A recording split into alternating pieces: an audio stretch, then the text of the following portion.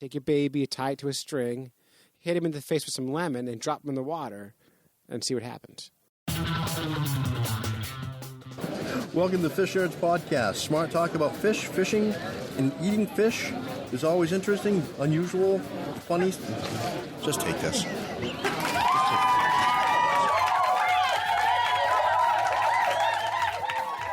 I'm Dave. And I'm Clay. And anything is fair game, and it's a good bet that barfing fish will be the next big trend for those millennials.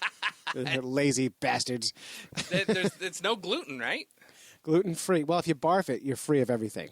Oh, it's food-free.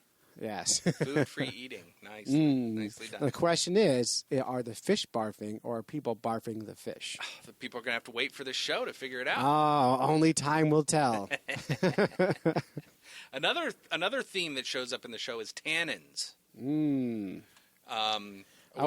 Wasn't there like a booth you can go into and you pay a certain amount of money and you get tannins? Oh, man, only in Kentucky, I think. I got myself 3 tannins.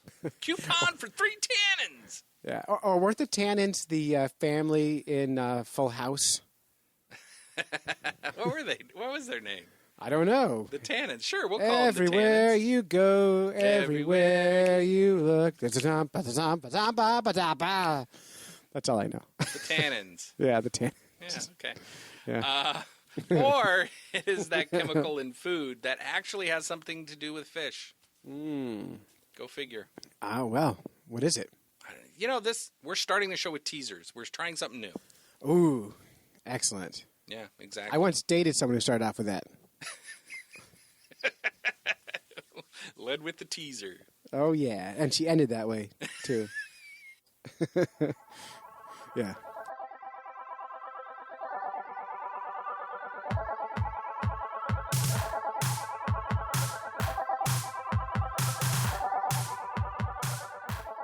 Dr. Moyle, I presume. Ooh, the good doctor. Yes. Do you know what a moil is, by the way? I'm afraid to say, but I think it is. I don't want to hurt anyone's feelings. I think you're right. Yeah.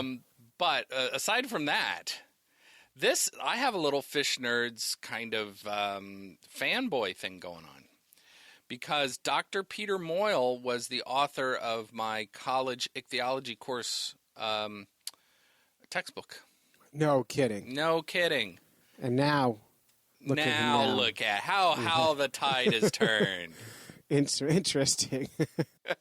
Well, I think you're going to really like this next story because you're going to hear Dr. Moyle say things like scientific words you've never heard before, like barf. Oh, nice. Yes. Yeah. So, which is how you can tell someone's a real fish nerd. Is not only they know a lot of stuff, but they don't take everything so seriously. Oh well, that is true. And this comes to us from F and West. Yes. The amazing James and Fish Guy Josh. Hey.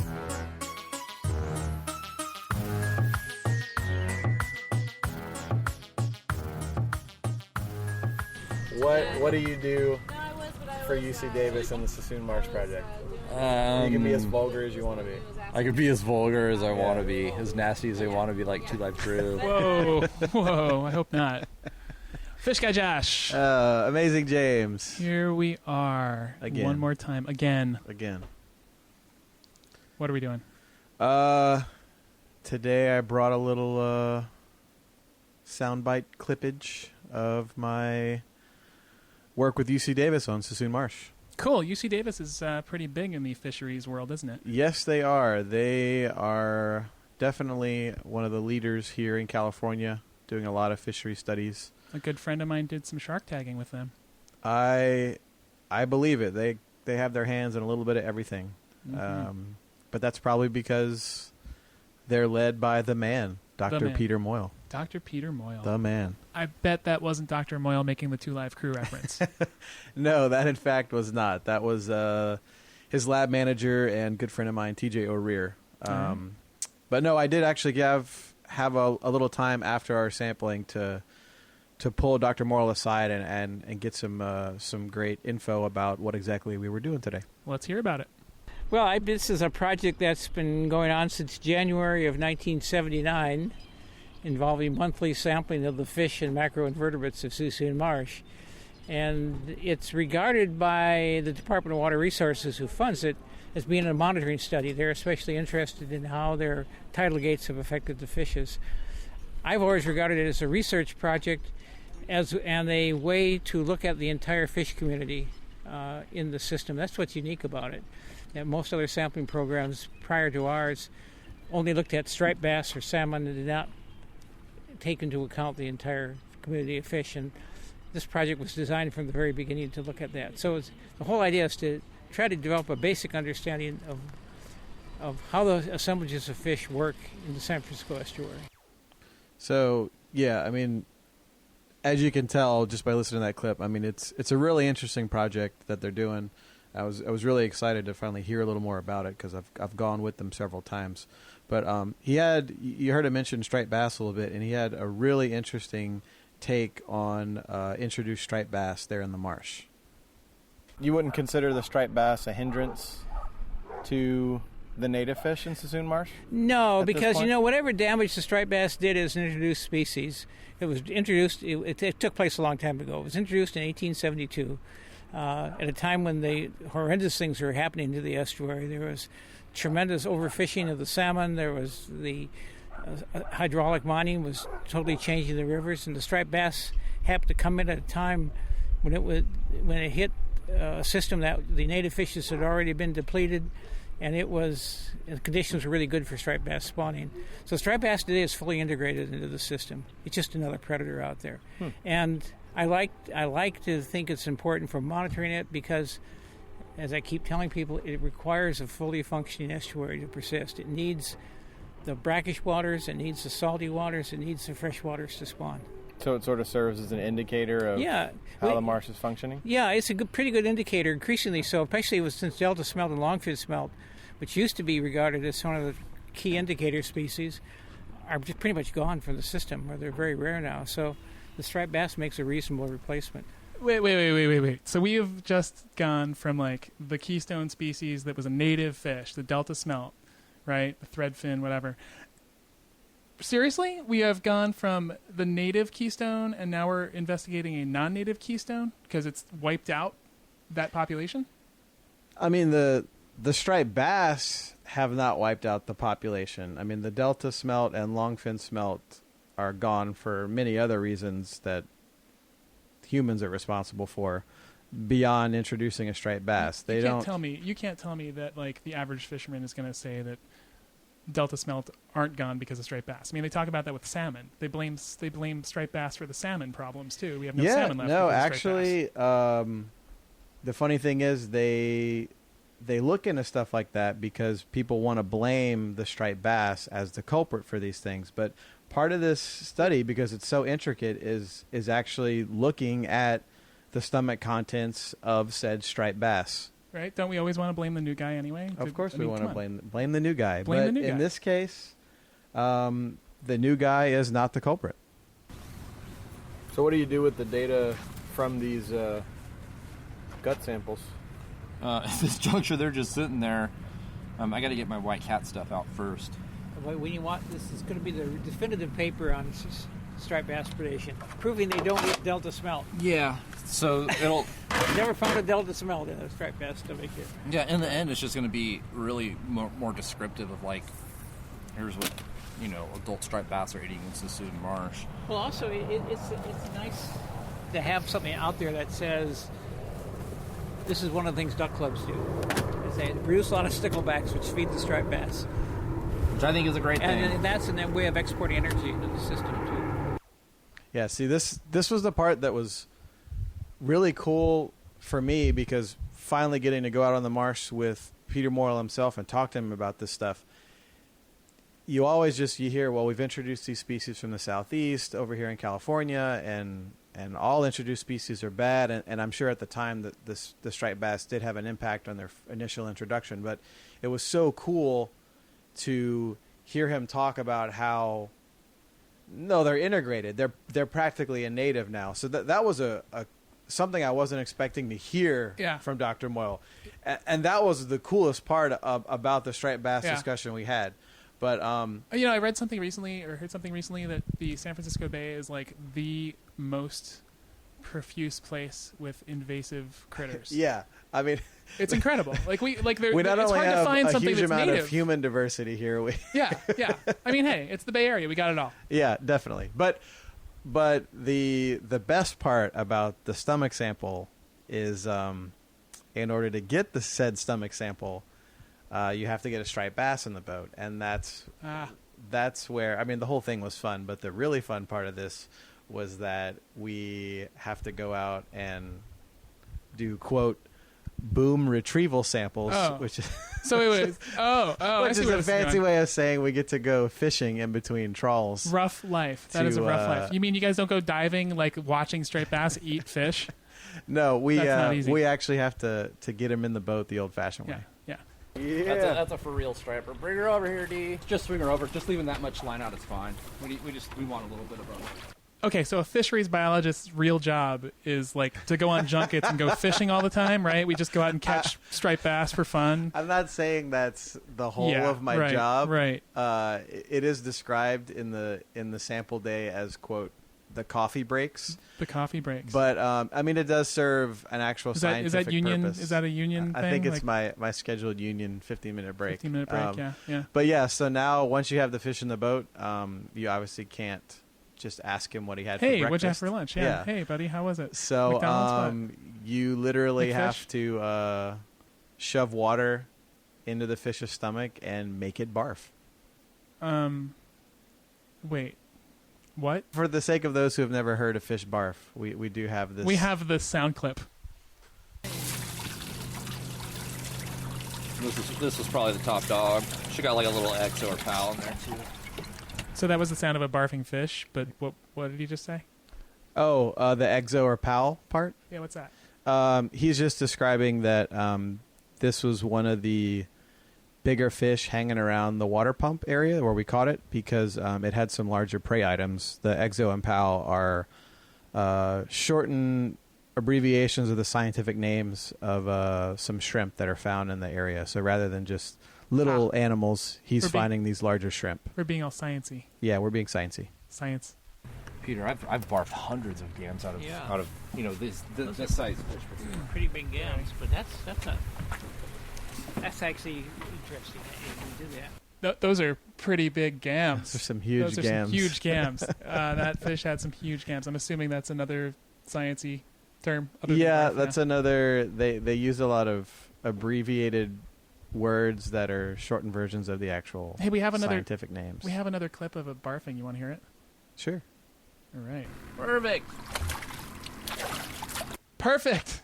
It's a perfect barfing noise. That was pretty cool. So what was the rest of this trip like? What all, aside from proving that striped bass aren't killing the planet, what else did you guys do? I will let Dr. Moyle explain that. Now, I noticed that we do several different sampling methods, and all that is lumped under the one project? Yes, we do seining and trawling and trapping. We do various things according to sort of research projects we have that are part of the sort of subparts of the project. But the idea is that there's no one sampling method gives you a complete sample of the fish.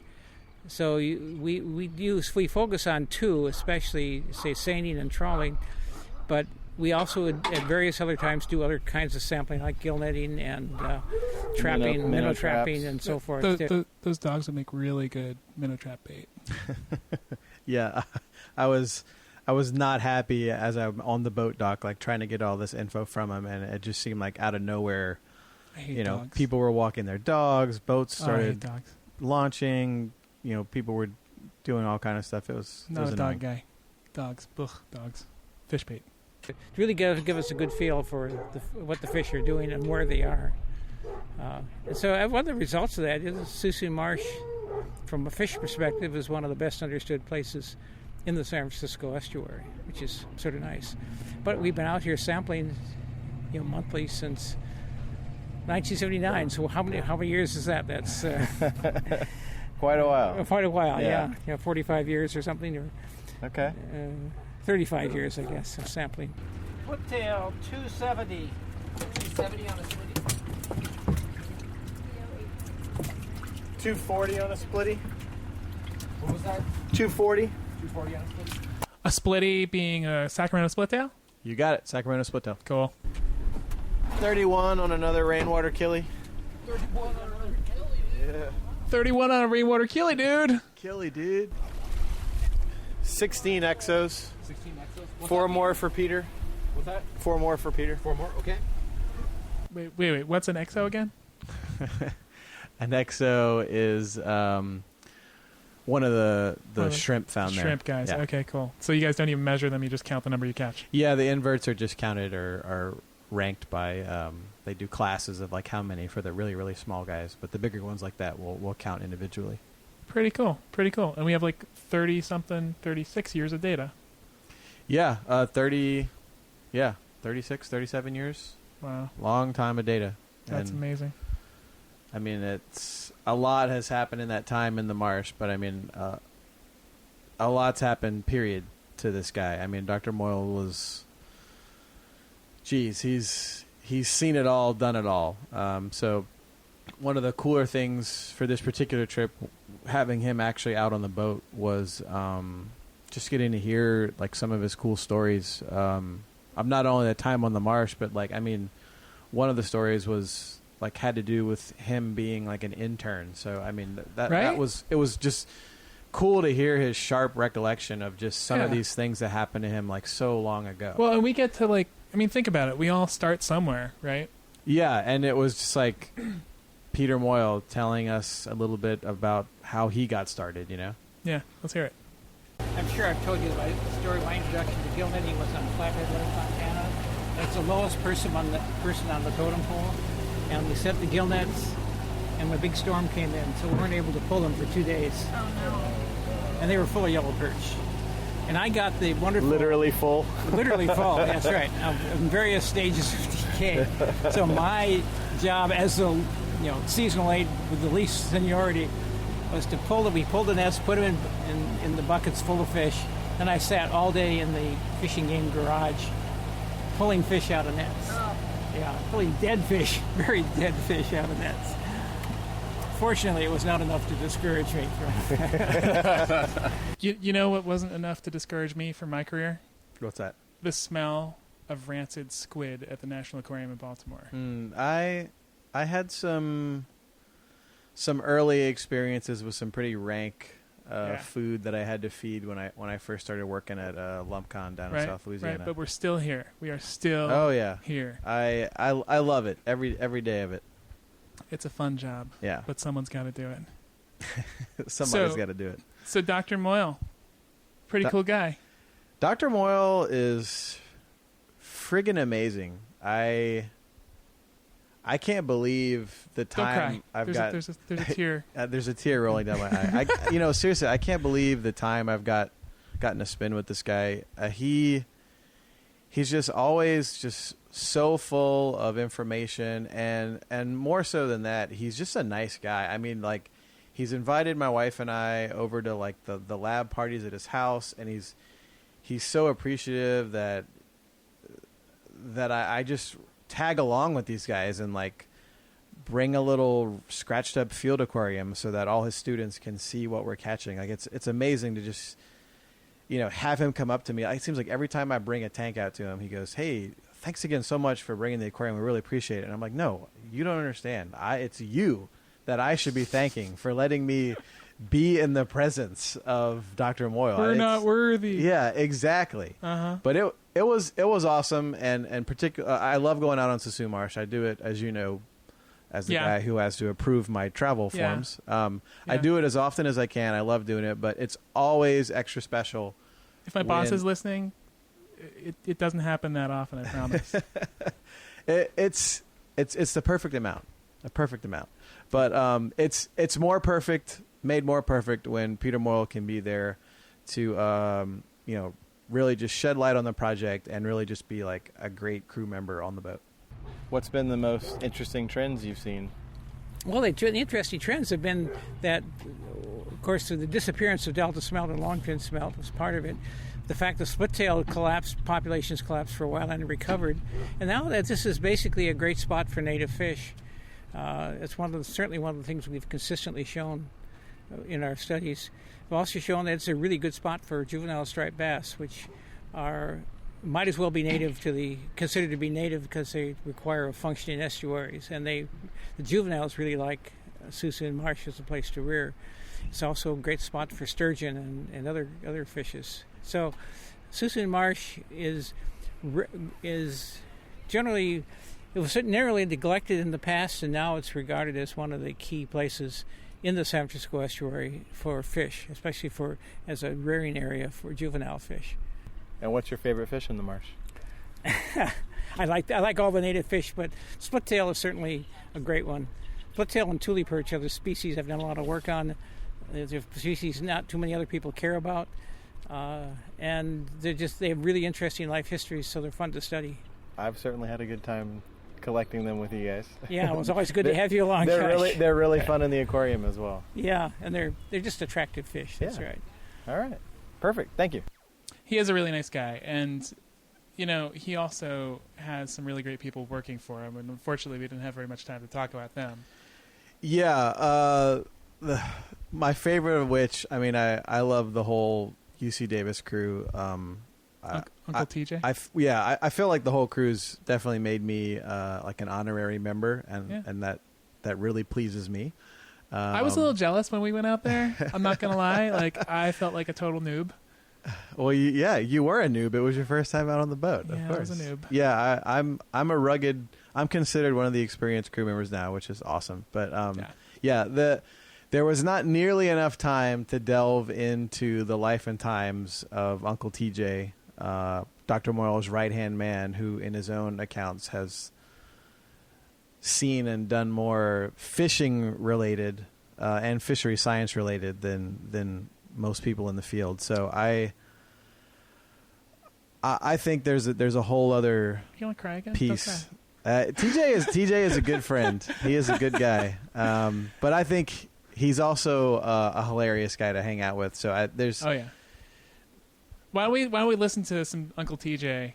This is just the tip of the iceberg. Yeah, this is like the tip of the iceberg. Just a little taster. There's a whole other segment waiting to happen on TJ. So stay tuned. Stay tuned for some Uncle TJ. Here we go. Yeah, that's one thing I gotta put on my to-do list is I'd love to just spend like 2 weeks on the mist just checking out all the cool coarse fish, man. Like the quillbacks. Have you seen quillbacks before? Yes. Oh, dude!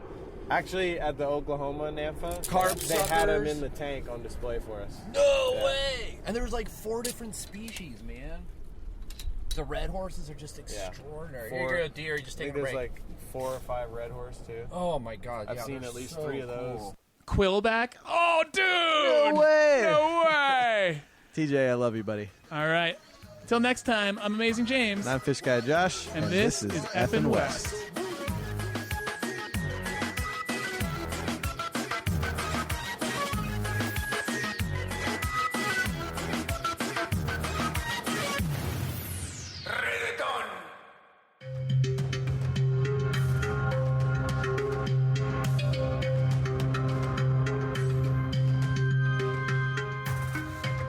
Fish in the news. I love fish in the news. I've heard you like that. Yeah, I say that a lot Yeah. because it's true. If you love someone, you really should say it a lot. Otherwise, like if I don't say it, like in 2 weeks, fish in the news will come to me and go, "Do you still love me?" And I would say, "Yeah." Well, you never say it anymore. I feel like we're just roommates. So I gotta say it every week. That's why. I understand. Yeah. Well, it's good. It's good practice. Yeah. Do I look fat in this news? See, now there you go. There you go. Just digging a hole. Yeah, I do that. This story comes to us from The Hour in the beautiful nutmeg state of Connecticut. Oh, man. I don't even know what nutmeg is. Well, it's in Connecticut, I guess. Like, I've eaten nutmeg, Yeah. but I don't know what it is. It must be, it's either bark or root. I bet bark. I bet bark, too. Yeah. What state, or you know what? I bet it's a nut. Nutmeg. We could always look it up, but it's too easy. What crazy talk. What state fish, this is the title of the piece, what state fish are safe to eat? Oh. So state fish. Right. So not fish that live in a state, but the actual state fish, like New Hampshire state fish being the brook trout, or is Connecticut, is that striped bass? Connecticut striped bass, maybe? Yeah? No, I think they No, have that's Massachusetts. Well, they have freshwater, saltwater, Oh. kind So of are they, thing. okay, so but they're really talking about state fish. I was hoping they were going to go through all the official state fish of the country and go, you know what, in Indiana, you can't eat a largemouth bass, That'll be really interesting. If they don't do that, let's just do that story ourselves. Oh, we should. But from Norwalk, Connecticut, it says, as it turns out, we're not the only ones who like to stay in during cold weather. Okay. Yeah, isn't that interesting? So when it hits 50 degrees, that's the magic number when the fish come alive, said Captain Jeremy Rubino. The air temperature or water temperature? I assume water temperature. Okay. Saturday was the opening day of freshwater trout season in Connecticut.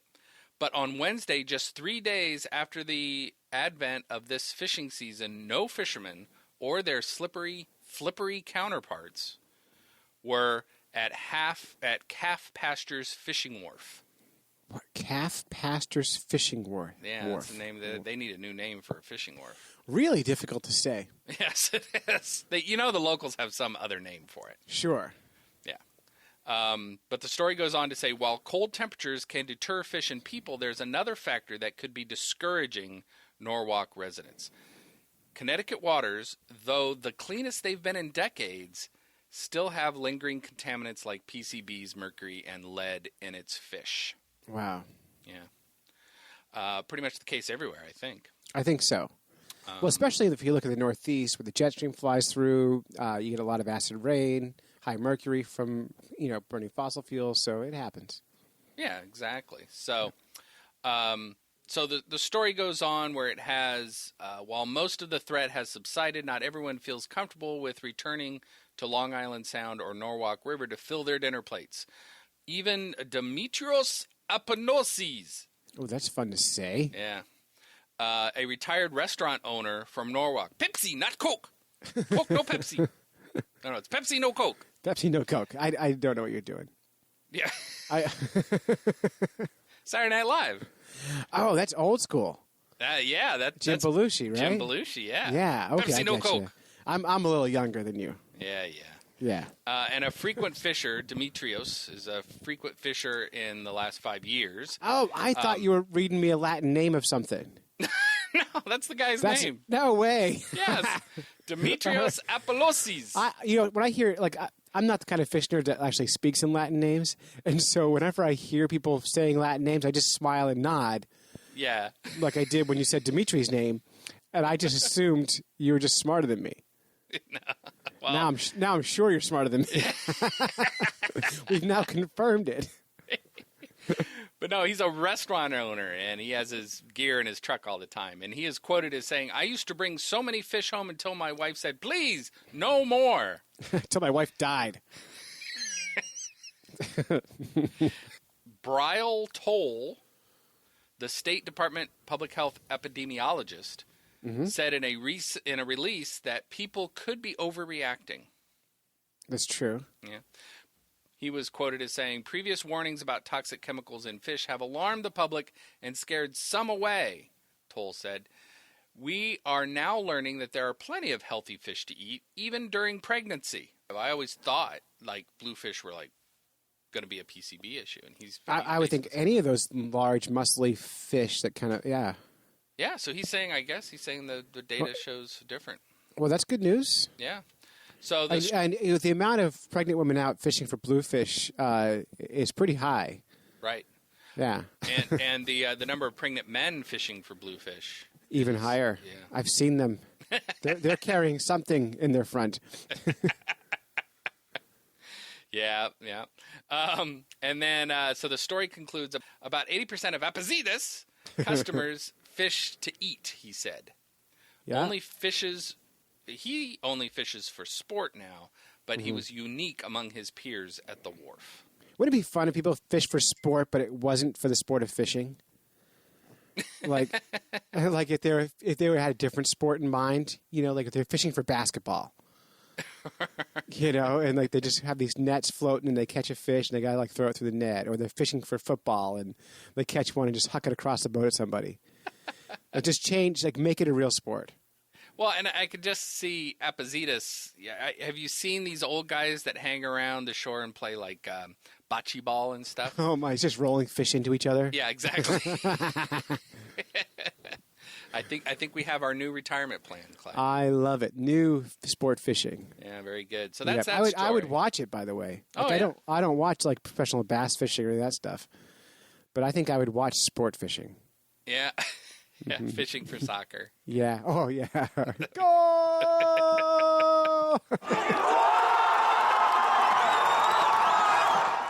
The next story comes from Chemistry World.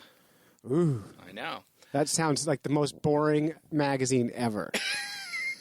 That's like you can read that in Golf Pro, and you can find out how to best sleep. Like they both are cures for insomnia. Yeah, you say that now, but if you saw the centerfold in Chemistry World, woo! Mm-hmm. Oh, my gosh. Oh, my God. There's some sodium chloride. NaCl all day. Those hydrogen bonds go all the way up. Nice. Oh, yeah. The title of this story is Mouth Puckering Molecule Inspires Fish-Catching Glove. Wow. Isn't that a title? That's a tough, wow. Yeah. Okay, I'm listening. All right. So, as it goes, the story starts out, could physical and chemical processes happen when certain foods and drinks enter our mouth be useful in catching meals in the future? That is a prospect that Feng Zhou at the Lanzhou Institute of Chemical Physics in China and colleagues have raised by studying mouth-drying phenomenon known as astringency. Mm-hmm. Pucker face. Pucker face, yes, exactly.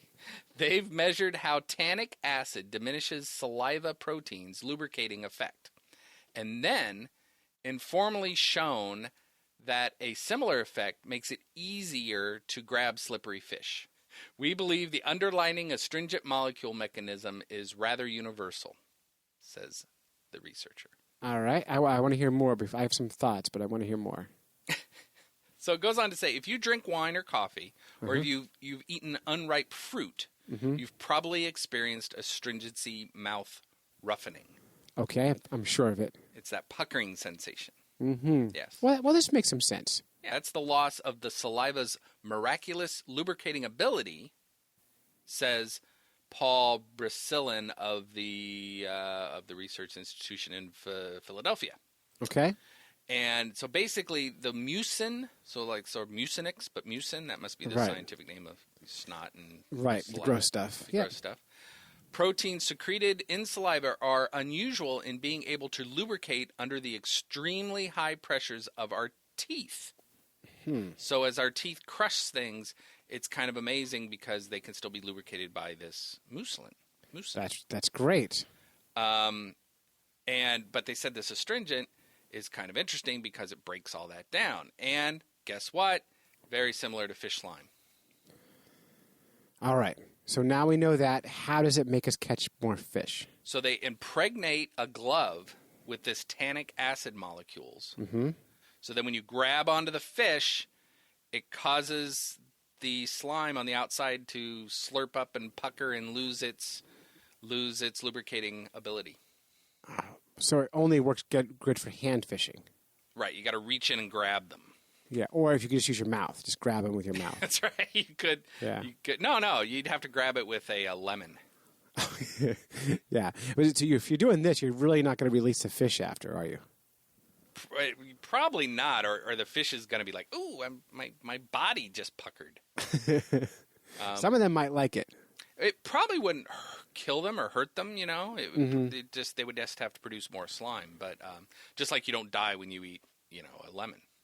You don't die. When your kid was little, did you get joy from throwing lemons on her tray, like when she's eating? No. I remember when my kids both were little, my wife gets so frustrated with me because I'd always be like handing them a piece of lemon, like just to watch their faces when they were like 6 months old, 8 months old. Yeah. Because they always shoved it in their face, and they always made those great kid faces. But now knowing that, you bring your kids fishing, you take your baby, you tie it to a string, hit him in the face with some lemon, and drop him in the water, and see what happens. Oh, you know what happens? Therapy happens. For your kids about 15 years after. No, the kids are so little, they don't remember it. But it's marriage therapy because if you want to keep married. You don't do that. No. Yeah, well, there you go. So the future may have new fish gloves for fishermen that are, like Sour Patch Kid gloves. Yeah, I don't see it. You don't see it? Why don't you see it? I don't see a market. Well, it's a big market for like commercial fishing if they're trying to. Oh, okay. I was thinking about angling. No. So if you got big batches of fish that you got to move from here to there, if you had these pucker gloves, you could just pitch them all over. How much would they cost? Apparently, according to the research, $1 million. Well, I don't know. then buy me two. It didn't say. Yeah. It could be very cheap. I don't know. You know how these scientists are. They don't worry about the end markets. They're just like, hey, you know what? I bet puckering could catch a fish. Now I wonder. So you know that when you get your hands wet, they get wrinkly, right? You know this. You know why that happens. I don't know why that happens. Okay, so you think you're absorbing water, but you're not. What's happening is your blood and all that's moving away from the end of your fingertips, making them wrinkly, but it's actually designed to improve grip underwater. And that's evolved. No, and I thought you meant the higher power designed it that way. God made us want to hold things underwater. Okay. All right, so whatever you believe. Right. Either way, something. So I was thinking, what if you ate enough lemons, could you just excrete the puckering effect through your puckered fingers, and then you can skip the gloves entirely? Maybe. And the added benefit of scurvy prevention. Scurvy prevention. Right, for all these sailors. Yes, that is a problem. It is huge. So that's my recommendation. Eat more lemons. Eat more lemons. Well, they talk about tannic acid, too, so that means you could just get sloshed on wine. Maybe that's why all those winos show up at the wharf. There it is. Yeah. All right, from now on, I'm fishing with a bottle. Yeah, there you go. It's science. It's proof. It was in chemistry world. Yeah, because science. Because science. Yeah. The last fish in the news story isn't necessarily about fish, but it's about a place that holds fish that's near and dear to our hearts. Oh, I know this story. So this comes from the Eagle Tribune, and I decided to pull the editorial on this. Oh, that's more fun. Yeah. So this was a piece that ran that noted that the Merrimack River is one of the most threatened waterways in the nation. Yeah, and it should be noted for listeners, Dave and I used to work at the Amoskeag Fishways on the Merrimack River, so we were pretty well versed in the river and ecology there. I also used to work on the Watershed Council for the Merrimack River. And I used to give tours, trolley tours of Lawrence, Massachusetts on the Merrimack River. So the Merrimack River and you... Love that river. Yeah, intertwined. Yeah, one of my favorite rivers. Yeah. And the editorial is sounding the alarm about a new threat to the Merrimack River. The editorial goes on to say, for a century, the Merrimack River was an open sewer, choked with the This was obviously from the tourism department.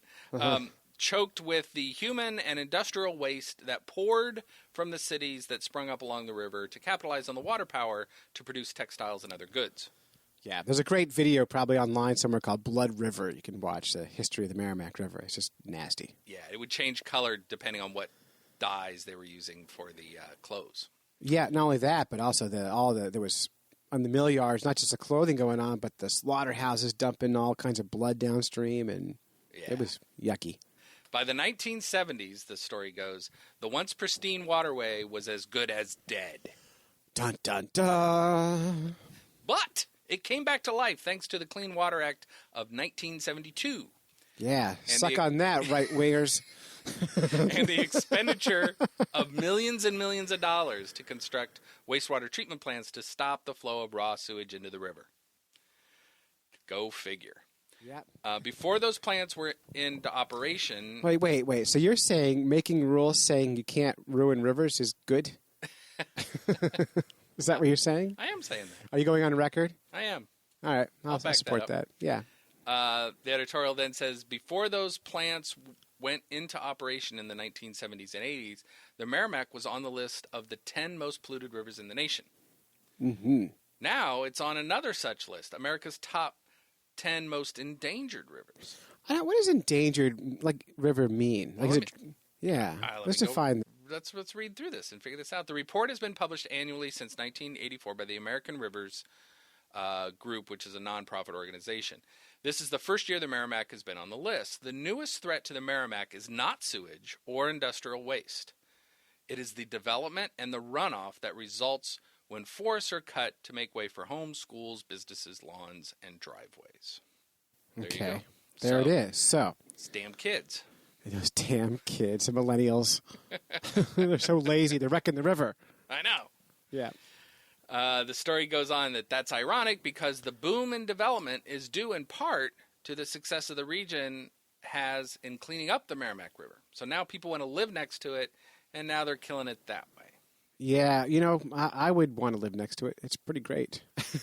It is pretty great, especially up by, above Manchester where it's almost lake-like. Yeah, it's great fun. Yeah.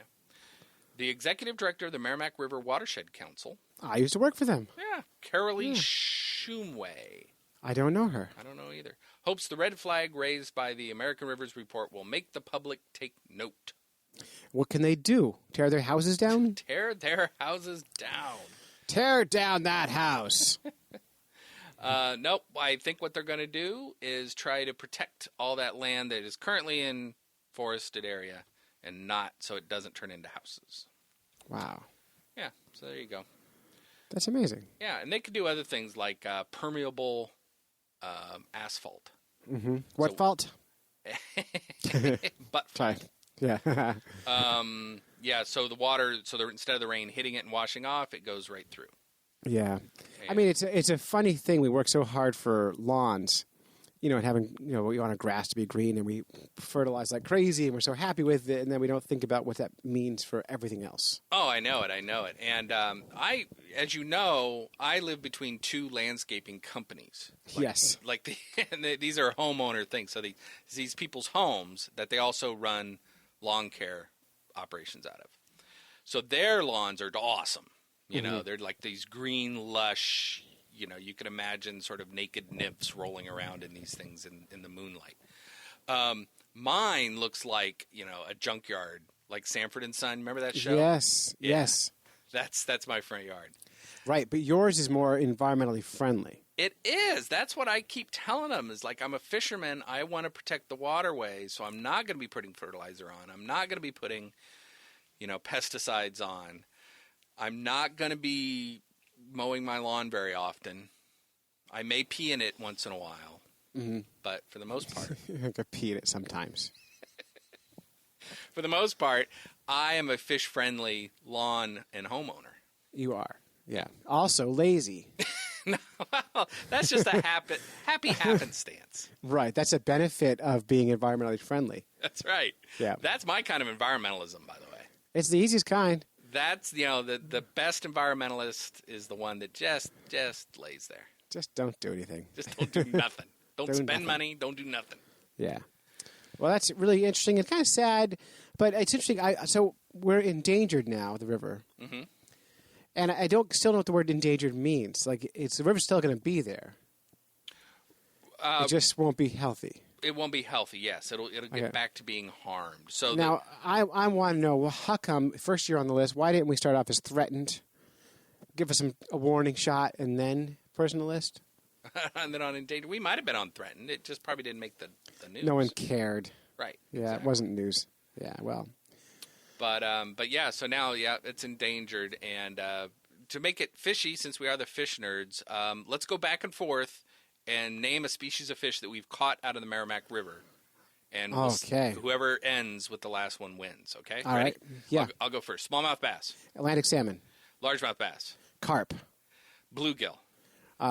Red breast sunfish. Good one. Yeah. Sea lamprey. Ooh, good one. Walleye. Oh, nice. Yeah. American shad. American eel. Oh, nice. Yeah. River herring. I was going to say that. Blueback herring. Oh, like you knew it was a blueback herring. Oh no, white sucker. Oh, good one. Yeah, white perch. Yep. Did you really catch a white perch out of there? I have. Yep, up in the dam. Yeah. Oh, dang, good one. Yeah. I'm in trouble. Come on. I don't know pickerel. A chain pickerel for sure. Rainbow trout. Oh, nice. I'm going to say brook trout. Have you caught one? I'm going to say brook trout. All right. I've caught several there. Oh, okay, good. So they're there. Rock bass. Oh, that was lots good. and lots of rock bass. Lots and lots of. All right, Yeah. I'll let you win because I can't think of any. Although Margin Mad Tom. Margin Mad Tom. That's right. We did catch those there. Yeah, lots of them. Yeah, that's true. Yeah. And there are darters around there. I tried a long time to catch those. Tessellated, I believe, and I failed. And we've caught shiners. Oh, you're right. Golden Yeah. shiners and common shiners out of there. That's right. Ah, you're right. Yeah, Boy. you said shad, right? I did. American shad. Yeah. Mm-hmm. I caught a nice one of those out below there. Oh, they're fun to catch. Yeah. Very good. Well, nicely done, sir. Thank you. Yeah, good job. Yep. If I had like 1 minute, I would think of more, but I'm done. So.